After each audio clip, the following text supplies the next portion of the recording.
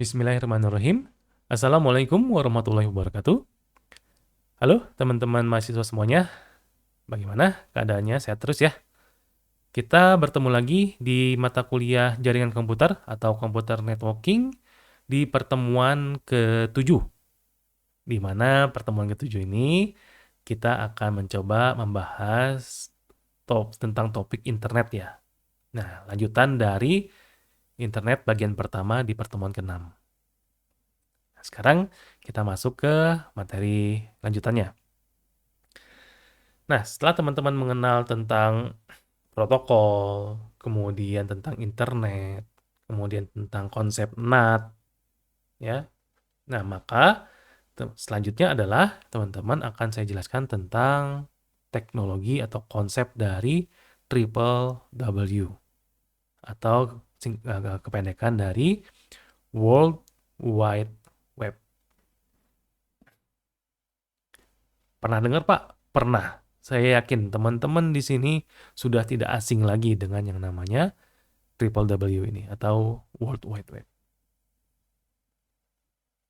Sebagai catatan, Triple W itu tidak sama dengan internet. Jauh beda. Kalau internet itu adalah jaringannya, sedangkan Triple W ini adalah layanan atau teknologi yang berjalan di atas internet. Oke. Nah, kita lihat dulu apa itu Triple W atau World Wide Web. Atau yang secara umum kita kenal dengan namanya web, ya. Sebenarnya sama saja ya. Tapi orang-orang sering menyebutnya dengan singkat saja. Kalau World Wide Web itu kan susah juga ya, kalau harus ngomong cepat, maka disingkat atau dikenal dengan sebutan web. Itu merepresentasikan Triple W ini. Ya. Nah, web ini merupakan sistem informasi di mana dokumen dan sumber daya web lainnya itu diidentifikasi oleh URL. Nah, ada lagi istilah lain yang namanya URL. URL beda dengan web. Oke, ini juga yang harus teman-teman luruskan ya. Kita luruskan sekarang.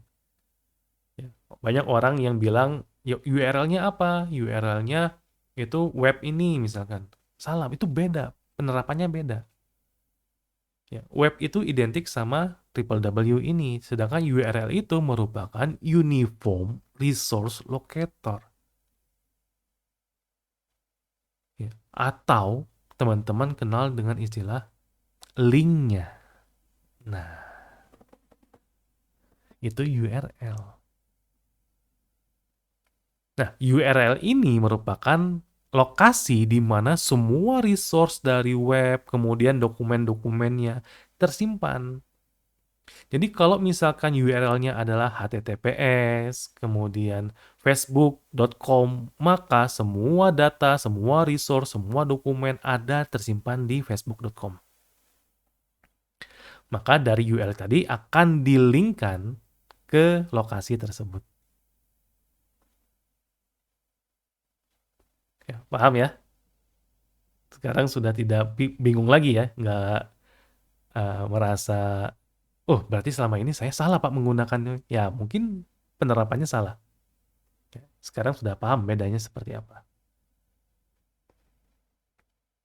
Nah, data-data atau web yang berjalan di sana, yang saling transfer di sana, yang resource-resource-nya, kemudian dokumen-dokumen dan seterusnya, ya, itu menggunakan protokol yang namanya HTTP.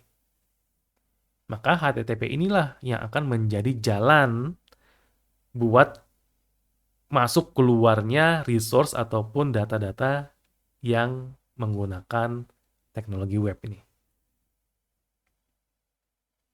Ya, di mana HTTP ini sebenarnya bisa kita akses dengan menggunakan aplikasi-aplikasi yang namanya web browser. Pak eh, pakai Windows Explorer bisa nggak Pak ngaksesnya? Nggak bisa juga. Ini ada spesial khusus ya, ada aplikasi khusus untuk mengakses web ini yang disebut dengan web browser. Contohnya apa? Banyak banget. Contohnya yang paling sering digunakan misalkan Firefox, Mozilla Firefox, Chrome, ya, dua itu paling banyak. Atau yang eh, Mac user atau Apple user misalkan menggunakan Safari. Selain itu ada juga Opera, ya, ada juga bawaan atau produk dari Microsoft, apa namanya? Internet Explorer. Itu sudah die ya, ini sudah koit kayaknya. Sudah rip. Ya, yang terbaru itu namanya Microsoft Edge. Ya, itu digunakan, itu disebut dengan web browser juga. Ya. Nah, sedangkan yang mempublish semua atau yang mempublish semua resource-resource itu disebut dengan yang namanya web server. Jadi, web browser itu adalah aplikasi untuk mengakses, ya, resource.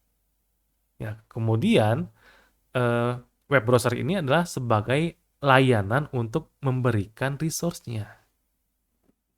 Jadi web browser itu pasti akan berhubungan dengan yang namanya web server.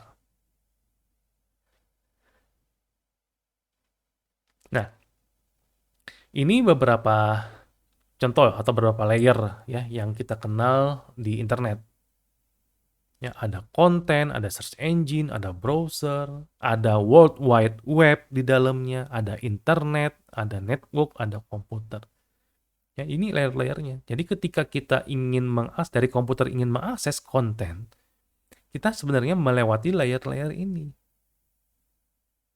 Walaupun sebenarnya kita tidak ada layer yang terlewat ya, kayak misalkan search engine. Ya, dari browser ya langsung loncat ke kontennya. Misalnya kalau kita tahu kontennya ya udah kita tinggal panggil saja. Ya. Tapi kurang lebih inilah layer-layernya. Komputer terhubung ke jaringan, jaringan A terhubung dengan jaringan B, jadinya internet. Kemudian di sana ada teknologi atau layanan World Wide Web atau webnya. Web itu diakses oleh web browser itu akan menampilkan konten-kontennya. Ya. Nah, ini layer-layer penting di dalam internet. Oke. Kemudian, ini yang saya bilang URL tadi. Ya. Jadi URL itu bukan web, tapi lebih tepatnya dia merupakan alamat dari webnya atau URL location kan, lokatornya, locator. Ya. Jadi alamat si web itu di mana sih? Nah, itu namanya URL. Jadi bukan web. Ya. Nah, untuk URL-nya itu biasanya muncul di berbagai macam jenis layanan. Jadi tidak hanya di web page aja untuk menampilkan halaman web saja atau menggunakan HTTP. Enggak. URL itu kita bisa sebut juga alamat-alamat. Misalkan saya menggunakan protokol FTP, maka saya bisa sebut itu adalah URL FTP-nya di mana. Maka akan dikasih ini URL FTP-nya 172.16 sekian titik sekian. Maka itu jadinya URL. Ya. Email juga ya, bisa digunakan URL. Database akses. Ya, masih banyak aplikasi-aplikasi lain yang kita bisa gunakan URL. Ya, tuh, jadi selama terkoneksi ke internet. Nah, ini beberapa contoh dari URL.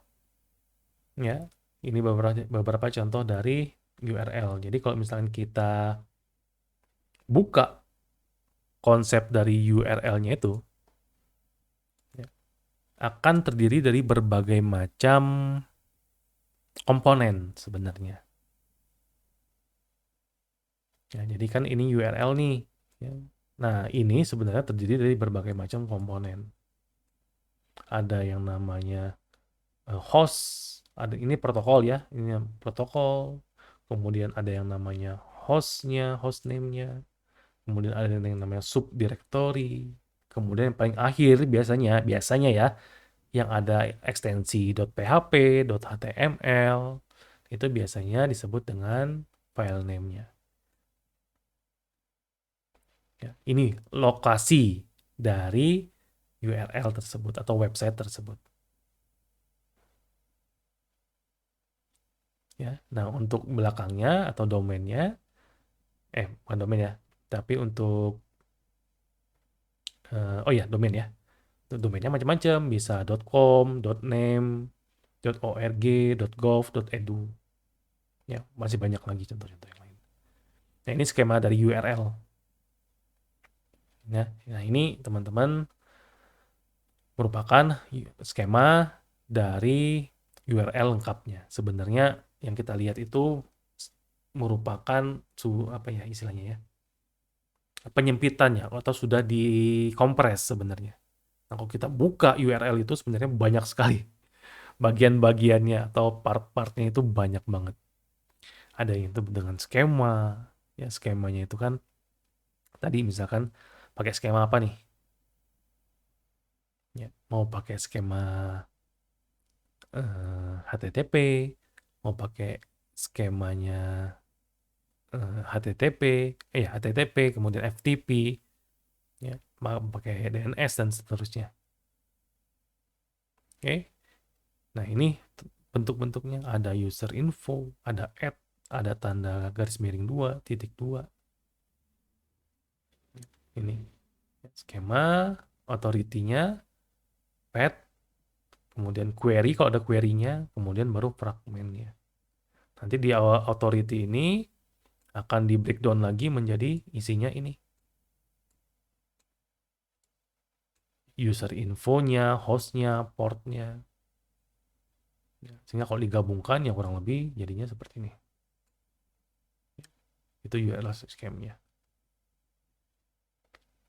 Nah ini penjelasan dari satu persatunya, misalkan scam, ya contoh dari scam itu kan bisa pakai HTTP, skemanya, HTTPS, FTP, mail to, file, data, RC, dan seterusnya. Yang jelas, semua skema ini harus terdaftar di organisasi yang namanya IANA. Makanya di awal di pertemuan sebelumnya, saya bilang bahwa protokol itu harus ada yang di-define, ya, ada yang undefined. Maksudnya di-define itu yang sudah standarnya. Jadi kalau misalkan HTTP, pasti sudah di-define portnya itu adalah 80. Yang itu sudah terregister di IANA. Ya, standarnya ke sana. Oke, seperti itu. Oke, lanjut lagi. Kemudian contoh kita lihat di web itu ada perbandingan ya, antara HTTP dengan HTTPS. Teman-teman pasti pernah mengakses web dengan HTTP dan juga ada HTTPS. Bedanya apa, Pak? Satu sih bedanya. Yang satu nggak aman, satu aman. Ya kan? HTTP-nya sama sebenarnya kan, cuman penambahan S-nya aja secure. Ya, secara umum seperti itu, tapi banyak sebenarnya perbedaan-perbedaannya. Ya. Konsep dari HTTP itu sebenarnya adalah ketika kita mengakses web server, data kita itu bentuknya plain text. Teman-teman tahu plain text? Plain text itu adalah datanya atau data real. Jadi kalau misalkan saya mengakses facebook.com, maka yang ngalir di sana adalah facebook.com. Bentuk datanya adalah facebook.com isinya. Kelihatan, jelas yang ngalir. Nah, tapi kalau menggunakan HTTPS, facebook.com-nya itu akan disamarkan. Jadi kelihatannya nggak ngakses facebook.com, tapi sudah disembunyikan, sudah disamarkan, sudah dirubah bentuknya. Ya. Makanya di dalam HTTPS itu menggunakan yang namanya konsep dari enkripsi atau kriptografi di sana. Jadi datanya itu sebelum dikirim itu akan jadi plain text-nya ya, plain text-nya itu akan di-encrypt dulu, kemudian dikirimkan ya sampai ke tujuan, baru di-decrypt, dibuka. Tuh, lebih aman. Nah ini perbedaannya. Jadi secara umum ya tadi ya, yang satu aman, satu nggak aman. Kemudian kalau HTTP dia sudah terdaftar di port 80 untuk komunikasinya, tapi kalau HTTPS dia bukan 80 lagi. Dia menggunakan port 443 defaultnya. Ya. Pak, Sekarang masih ada nggak yang pakai HTTP? Masih. Biasanya sih yang pakai HTTP itu adalah website-website yang hanya menampilkan profile misalkan atau blog. Artinya tidak ada data-data penting di dalamnya. Ya, tapi ketika aplikasi-aplikasinya kompleks, detail, banyak data-data sensitif yang mengalir di sana, contoh misalkan kayak aplikasi e-commerce, mau nggak mau, ya wajib harus menggunakan HTTPS. Ya, seperti itu. Oke, umumnya sih seperti itu. Makanya, sedangkan banyak hacker-hacker itu dia bisa memanfaatkan koneksi atau protokol HTTP ini untuk melancarkan serangannya. Ya, mereka bisa mencuri data, kemudian datanya itu plain text kan, nggak perlu di eksekusi atau diproses lagi, langsung kelihatan. Mereka capture datanya, langsung kelihatan tuh. Oh, datanya ini. Tapi kalau HTTPS susah. Mereka harus kerja 2 kali. Oke, kemudian ada yang namanya web server. Ini juga di awal saya sudah singgung-singgung tentang web server.